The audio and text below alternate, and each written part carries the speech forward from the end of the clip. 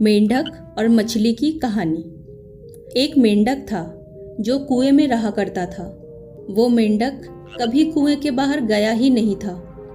उसने अपनी सारी जिंदगी उस कुएं में ही गुजारी थी। कुएं के बाहर की दुनिया उसने कभी देखी ही नहीं थी। एक दिन वो मेंढक कुएं में आराम से बैठा हुआ था। उतने में ही कुएं के अंदर से एक मछली उसके पास आती है। वो मछली समुद्र से आई हुई थी। मेंढक उससे पूछता है कि आप कहाँ से आई हो। मछली जवाब देती है कि मैं समुद्र से आई हूँ। अब मेंढक ने तो कभी समुद्र देखा ही नहीं था, क्योंकि उसने अपनी सारी जिंदगी उस कुएं में ही निकाली थी। तो मेंढक उस मछली से पूछता है कि समुद्र का मतलब क्या होता है।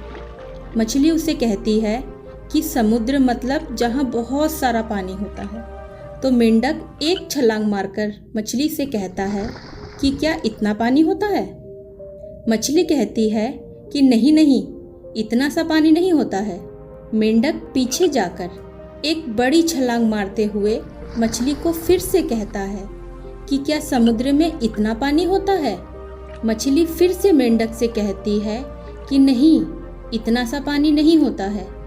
अब मेंढक कुएं के एक कोने से लेकर दूसरे कोने तक छलांग मारता है और मछली से पूछता है कि क्या इतना ज़्यादा पानी होता है।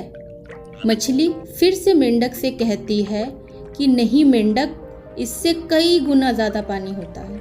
ये सुनने के बाद मेंढक मछली से कहता है कि तुम झूठ बोल रही हो, इससे ज़्यादा पानी कहीं होता ही नहीं है और कहीं हो भी नहीं सकता। मेंढक ऐसा इसलिए बोल रहा था क्योंकि उसने अपनी आज तक की ज़िंदगी में इससे ज़्यादा पानी देखा ही नहीं था। मेंढक की सोच उस कुएं से ही शुरू होती है और उस कुएं पर ही ख़त्म हो जाती है। कुएं से ज़्यादा पानी उसने कभी देखा ही नहीं है और ना ही कभी सुना है। तो जब उसने ये सब कभी देखा ही नहीं है और सुना ही नहीं है तो सोचेगा कैसे। वो ये सब कभी सोच ही नहीं सकता। तो मछली ने उस मेंढक को अपनी पीठ पर बिठाया और समुद्र में ले गई और कहा कि देख कितना पानी होता है। मेंढक ने देखा और वो देखकर चुप हो गया।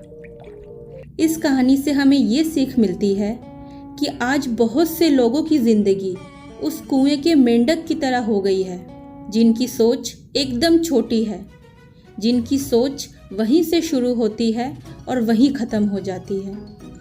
वो लोग कभी बड़ा सोच ही नहीं सकते, और जब बड़ा सोचेंगे ही नहीं तो बड़ा काम कैसे कर पाएंगे।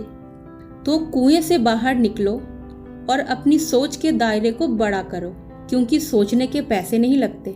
और वो कहते हैं ना कि जिस दिन आपने अपनी सोच बड़ी कर ली, उसी दिन से लोग आपके बारे में भी सोचने लग जाएंगे।